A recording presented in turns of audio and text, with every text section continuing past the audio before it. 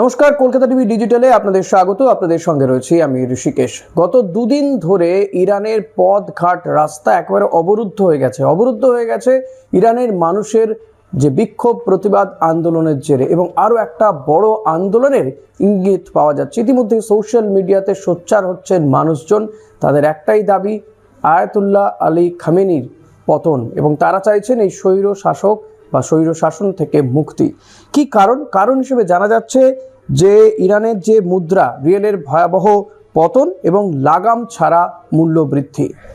সেখানে এক মার্কিন ডলারের দাম ছাড়িয়ে গিয়েছে 42,000 রিয়াল, এবং যে মূল্য বৃদ্ধি সেই মূল্য বৃদ্ধিও কিন্তু 42% বেশি। খুব স্বাভাবিকভাবেই মানুষজনের একেবারে প্রাণ ওষ্ঠাগত। সে কারণে হাজার হাজার ইরানি তারা পথে নেমে এসেছেন এবং তারা সোচ্চার হচ্ছেন যে এই স্বৈর শাসন থেকে মুক্তি চান। তারা আয়াতুল্লাহ আলী খামেনির পদত্যাগ চাইছেন। তারা যে কোনো মূল্যে তাকে টেনে নামাতে চাইছেন, এবং আরও একটা বড় সড়ো আন্দোলনের কিন্তু ইঙ্গিত পাওয়া যাচ্ছে। হাজার হাজার মানুষজন তারা পথে নেমে এসেছেন।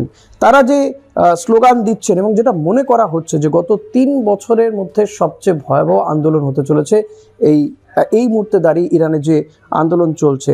তারা সোশ্যাল মিডিয়া জুড়ে যে স্লোগান পাওয়া যাচ্ছে বা তারা যে স্লোগান দিচ্ছে, তারা বলছেন স্বৈর শাসনের মৃত্যু হোক, মোল্লারা ইরান ছাড়ো, স্বৈর শাসনের মৃত্যু হোক। এবং এই স্লোগান থেকে বোঝা যাচ্ছে যে ইরানের মানুষজন আর কিন্তু কোনোভাবেই ইসলামিক রিপাবলিক চান না, এমনটা কিন্তু মনে করছেন ইরান মার্কিন সাংবাদিক ও লেখক মাসিও আলী নেজাদ। এক্সে তিনি এই পোস্টটি করেছেন যে সেখানকার মানুষজন আর ইসলামিক রিপাবলিক চাইছেন না। প্রায় 9,20,00,000 মানুষ এই দেশে অর্থনৈতিক বিপর্যয় এবং আইন শৃঙ্খলার অবনতি শাসক গোষ্ঠীর জন্য বড় চ্যালেঞ্জ হয়ে দাঁড়িয়েছে বলে জানা যাচ্ছে। খুব স্বাভাবিকভাবেই মানুষজন যখন পথে নেমে আসে তখন কিন্তু শাসকের ঘুম উড়ে যায়, এবং তেমনটাই হচ্ছে। আয়াতুল্লাহ খামেনি তারা এই আন্দোলনকে কিভাবে দমন করা যায় তার পথ খোঁজার চেষ্টা করছে, এবং যারা প্রবাসী ইরানি রয়েছে তাদের মধ্যেও কিন্তু একটি ছবি ছড়িয়ে পড়েছে। সেখানে দেখা যাচ্ছে যে তেহরানের একটা ব্যস্ত হাইওয়েতে একজন মানুষ ব্যস্ত হাইওয়ের মাঝখানে নিশ্চলভাবে বসে রয়েছেন, এবং চতুর্দিক থেকে বাইকে করে আসছেন কিছু মানুষ, মোটর বাইকে করে আসছেন নিরাপত্তা বাহিনীরা। অর্থাৎ এই যে এই ছবিটাই কিন্তু ইরানের বর্তমান পরিস্থিতির প্রতীক বলে মনে করা হচ্ছে। ফলত আগামী দিনে ইরানের এই আন্দোলন আরও কতটা ভয়াবহ রূপ নেয়, এবং এই আন্দোলনকে দমন করতে আয়াতুল্লাহ খামেনির সরকার তারা কোন পদক্ষেপ করে সেদিকে কিন্তু নজর রেখেছে গোটা বিশ্ব।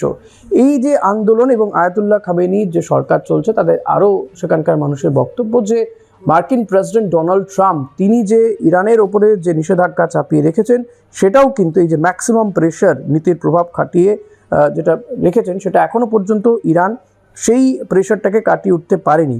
সেখানে কি বলা হয়েছিল যে শিয়া ধর্মীয় নেতৃত্বের হাতে পরমাণু শক্তি বড় বিপদ, এমনটা কিন্তু মার্কিন প্রেসিডেন্ট ডোনাল্ড ট্রাম্প তিনি ঘোষণা করেছিলেন। এবং সেই যে কোথাও গিয়ে খামতি বা এই যে তাদের উপর যে নিষেধাজ্ঞা, এটাই কিন্তু কোথাও গিয়ে এখনো পর্যন্ত ইরান কাটিয়ে উঠতে পারেনি। এবং সেখানে যে মুদ্রা, সেই মুদ্রার পতন ঘটছে। $1 সমান আপনাদের বললামই, 1 মার্কিন ডলার সমান 42,000 রিয়াল। বুঝতেই পারছেন সেখানকার মূল্য বৃদ্ধি কোন জায়গায় পৌঁছেছে। নাভিশ্বাস উঠছে নিত্য প্রয়োজনীয় জিনিসপত্র কিনতে গিয়ে ইরানের মানুষের। সে কারণে তারা রাস্তায় নেমে এসছেন, আন্দোলন করছেন। গত 2 দিন ধরে কিন্তু উত্তাল ইরানের পরিস্থিতি। নতুন বছর এই আন্দোলন কোন মাত্রা নেয় সেদিকে আমাদের অতি অবশ্যই নজর থাকবে।